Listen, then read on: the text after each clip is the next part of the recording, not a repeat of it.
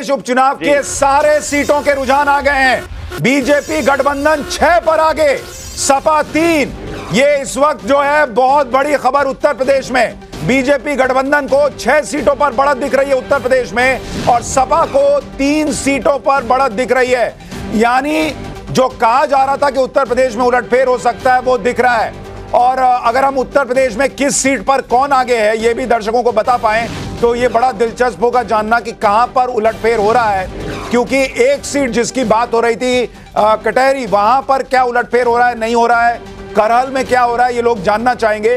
तो जरा यूपी का ब्रेकअप भी दे दीजिए कि किन 6 सीटों पर बीजेपी आगे है और किन 3 सीटों पर समाजवादी पार्टी आगे है।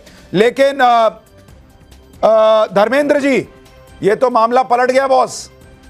नहीं, अभी बहुत शुरुआती है। मैं आपको फिर कह रहा हूं कि अभी 11 बजे तक आप देखिएगा तो समाजवादी पार्टी सभी की सभी सीटें जीतेगी। और आपके चैनल के माध्यम से मैं अपने कार्यकर्ताओं, अपने नेताओं और जो बूथ पे वहां पे काउंटिंग एजेंट बने हुए हैं उनसे कहता हूं कि आप जब तक सर्टिफिकेट ना मिले तब तक वहां से हटना नहीं है। मैं आपको शुभकामना देता हूं कि नतीजे आपके पक्ष में पलट जाएं, लेकिन आपसे भी वादा चाहता हूं कि आप नहीं पलटेंगे, आप मानेंगे कि हाँ ठीक चुनाव हुआ, भले नतीजे आपके पक्ष में ना आए।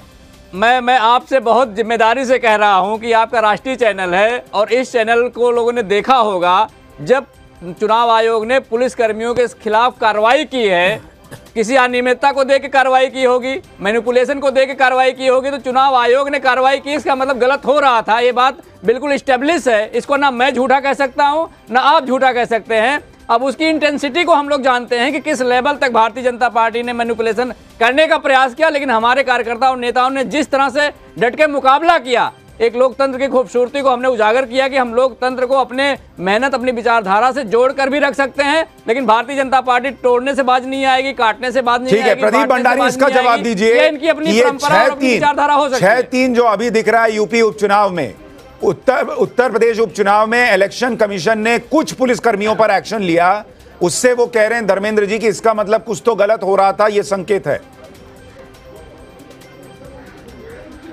सुशांत जी, पहली बात तो मैं कह रहा हूं कि ये जो, जैसे मैंने आपको कहा था, मेरा ये अनुमान है कि जब ये 11 बजे तक आंकड़ा स्टेबलाइज होगा, वर्ष के सिनेरियो में भी हमारा अलायंस 6-7 के अराउंड सीट्स के अंदर उत्तर प्रदेश में आएगा। और ये बहुत इंपॉर्टेंट है क्योंकि हर सीट के ऊपर दलित मतदाता 30 से 40 हजार वोट से ज्यादा में, और ये पूरे बाइपोल के अंदर एटलीस्ट 7 सीट्स जो है जहां पे दलित स्विंग वोटर है। और यही अगर ट्रेंड कंटिन्यू होता है तो ये स्टैब्लिश हो जाएगा कि दलित उत्तर प्रदेश में प्रधानमंत्री नरेंद्र मोदी, योगी आदित्यनाथ भारतीय जनता पार्टी के साथ में और समाजवादी पार्टी के झूठ को नकार चुका है। और बात रही इनकी, तो ये कह रहे हैं कि भाई कार्रवाई हुई तो आप कार्रवाई का स्वागत करो, फिर ये मत बोलो कि तंत्र हमारा है। अगर तंत्र हमारा होता तो फिर कार्रवाई की होती। तो आप लोग पहले निर्णय पे पहुंच लीजिए कि क्या तंत्र हमारा है, ईवीएम है, पूरी क्या है। शुक्रगुजार करते हैं। नहीं, एक मिनट विवेक भाई, जिन पे कार्रवाई हुई उनके कोई वीडियो नहीं, पहले उनके कोई वीडियो नहीं है, वो शिकायत हुई, उस पर सब इलेक्शन कमीशन ने संज्ञान लिया। आप जिस वीडियो की बात कर रहे हैं उस पुलिस वाले पे कोई कार्रवाई नहीं हुई, ये मैं क्लियर कर, लेकिन होनी चाहिए उस पे। लेकिन मैं अच्छा प्रदीप ये बताइए, विदर्भ आप बार बार कह रहे हैं,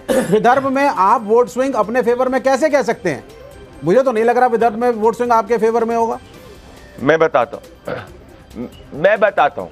मैं बताता हूं विवेक जी, ये एक मोनोलिथिक इलेक्शन है। जिस मोनोलिथिक इलेक्शन के अंदर 1962 के बाद से, जहां 1962 में 11% महिलाओं का वोटिंग डिफरेंस होता था पुरुषों से, अब 1.62% है। विदर्भ के अंदर महिलाओं के अंदर जितना वोटिंग सर्ज है वो पिछले इलेक्शंस के अंदर विदर्भ के वोटिंग सर्ज से ज्यादा है। और हमारा ये अनुमान है जमीन से कि महिलाओं ने प्रधानमंत्री नरेंद्र मोदी जी और स्टेट गवर्नमेंट की वेलफेयर को चुना है। और अगर आप देखेंगे जो पहले 5 से 6 में, नहीं प्रदीप भाई एक मिनट विवेक जी, मेरा एक उल्टा प्रश्न है। प्रदीप भाई, आप कह रहे हैं कि जिस तरह से महिलाओं के लिए काम हुआ महाराष्ट्र में, उनके अकाउंट में अगर पैसे पहुंच रहे थे तो उन्होंने महाराष्ट्र में बीजेपी गठबंधन के लिए वोट किया, इसलिए आप 90 सीट पर आगे दिख रहे हैं और कांग्रेस गठबंधन 72 पे है 167 सीटों के रुझान में। लेकिन वैसी ही एक स्कीम झारखंड में चल रही थी, वहां भी पैसा अकाउंट में पहुंचा, तो फिर हेमंत सोरेन के लिए महिलाओं ने वोट क्यों नहीं किया है? वहां वो पीछे क्यों दिख रहे हैं? फर्क इसमें छोटा सा यही है सुशांत जी कि जो संथाल परगना और कोल्हान बेल्ट है, संथाल परगना के अंदर हमारा ये जमीन का अनुमान है, आने वाले समय में नतीजे क्लियर हो जाएंगे, हमारा ये अनुमान है कि वहां पे घुसपैठियों का बहुत सॉलिड मुद्दा है। तो वहां पे जो आदिवासी समाज है वो जो तुष्टीकरण जेएमएम की सरकार कर रही थी उसके खिलाफ उसने आवाज उठाई है। पिछली बार मैं वापस से कहूंगा कोल्हान के अंदर हमारी 0 सीट है, 0 सीट थी पिछली बार। इस बार चंपाई सोरेन जी हमारे साथ में आए तो कभी राइट विंगर नहीं थे। और हमारा जो कल्याणकारी योजना है आदिवासियों में प्रधानमंत्री नरेंद्र मोदी जी की वो आगे बढ़ी है। तो आप इंतजार कर लीजिए। ठीक है, आप ये कह रहे हैं कि महिलाओं को वहां झारखंड में फायदा पहुंचा सरकार की योजना से, लेकिन आपने जो घुसपैठिया का मुद्दा उठाया वो इतना चल गया कि ये नतीजे जो हैं वो अभी फिलहाल कम से कम उस तरफ जाते दिख रहे हैं जहां बीजेपी गठबंधन की सरकार बन जाए, क्योंकि 54 सीटों में से बीजेपी गठबंधन झारखंड में 33 सीटों पर आ गए। और ये बहुत मैसिव लीड है अभी शुरुआत में ही, क्योंकि अभी भी आप देखेंगे तो बड़ी संख्या में मतलब 27 सीटों के रुझान आने बाकी हैं और बीजेपी को सरकार बनाने के लिए मात्र 9 सीटों की जरूरत है। अगर यही रुझान कंटिन्यू हो जाते हैं तो यह बहुत बड़ी खबर होगी झारखंड के लिहाज से। क्या आपको लगता है संजय जी वहां पर बटेंगे तो कटेंगे, या जो घुसपैठिए का नारा था कि भाई वहां से बाहर बारियों को घुसा रहे हेमंत सोरेन, क्या वो झारखंड में असर दिखाया है? सुशांत जी देखिए, जहां तक समाज कल्याण का सवाल है वहां पर तो देखिए एक और बड़ी खबर, साकोली से नाना पटोले पीछे चल रहे हैं। कांग्रेस के बड़े नेता महाराष्ट्र में जो दावा कर रहे थे कि वो भी मुख्यमंत्री हो सकते हैं, नाना पटोले अपनी साकोली सीट से पीछे चल रहे हैं। क्या यह अपने आप में संकेत है कि महाविकास आघाड़ी किस दिशा में जा सकता है? 175 सीटों के रुझान, बीजेपी ऑलरेडी 96 सीटों पर बीजेपी गठबंधन आगे चल रहा है, और अगर नाना पटोले जैसे नेता पीछे चल रहे हैं तो ये कांग्रेस के लिए बहुत बड़ा झटका हो सकता है। जी सुशांत जी, जब लोकसभा का चुनाव का गिनती हो रहा था तो शुरू में मोदी जी भी पीछे थे, तो अभी हम लोग कहते हैं थोड़ा संयम रखें। हम जहां तक आप झारखंड की बात कर रहे हैं, समाज कल्याण में तो हमारी सरकार मतलब इंडिया अलायंस का सरकार ने बेहतरीन काम किया है वहाँ पे। तो जैसे आपने सही कहा, महिलाएं हो, गरीब हो, शेड्यूल ट्राइब के लोग हों, हर जगह वहाँ पर बहुत अच्छा काम हुआ है। और इस बार इंडिया अलायंस विकास के मुद्दे पर चुनाव जीतेगी। भाजपा के पास तो वही पुराना नकारात्मक राजनीति, घुसपैठिया। तो जरा भंडारी जी बताएं कि आसाम से यदि लोग घुस के आए हैं बाहर से तो अमित शाह को तो इस्तीफा दे देना चाहिए, क्योंकि उन्होंने तो सार्वजनिक भंडारी जवाब दीजिए, क्योंकि अमित शाह जी ने तो खुद ही माना उनकी जिम्मेदारी है कि आप हमारी सीमाओं को जरा सुरक्षित रखें।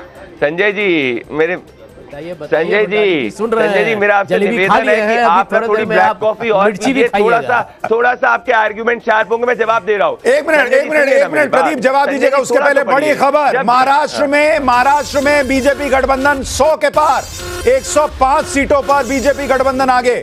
महाराष्ट्र में बीजेपी गठबंधन की सेंचुरी पूरी हो गई है 190 सीटों में ही, और बीजेपी गठबंधन को अगर सरकार बनाना है तो उसे 40 सीटों पर और बढ़त बनानी होगी। अब आपको यूपी का ब्रेकअप बता दूं, कुंदरकी और करहल दोनों जगह समाजवादी पार्टी आगे चल रही है। मीरापुर से आरएलडी आगे चल रही है, फूलपुर से बीजेपी के प्रत्याशी के आगे चलने की खबर चल रही है। खैर सीट से बीजेपी उम्मीदवार आगे है। कुंदरकी और करहल दोनों जगह समाजवादी पार्टी फिलहाल आगे चल रही है। अब प्रदीप भंडारी आप जवाब दीजिए।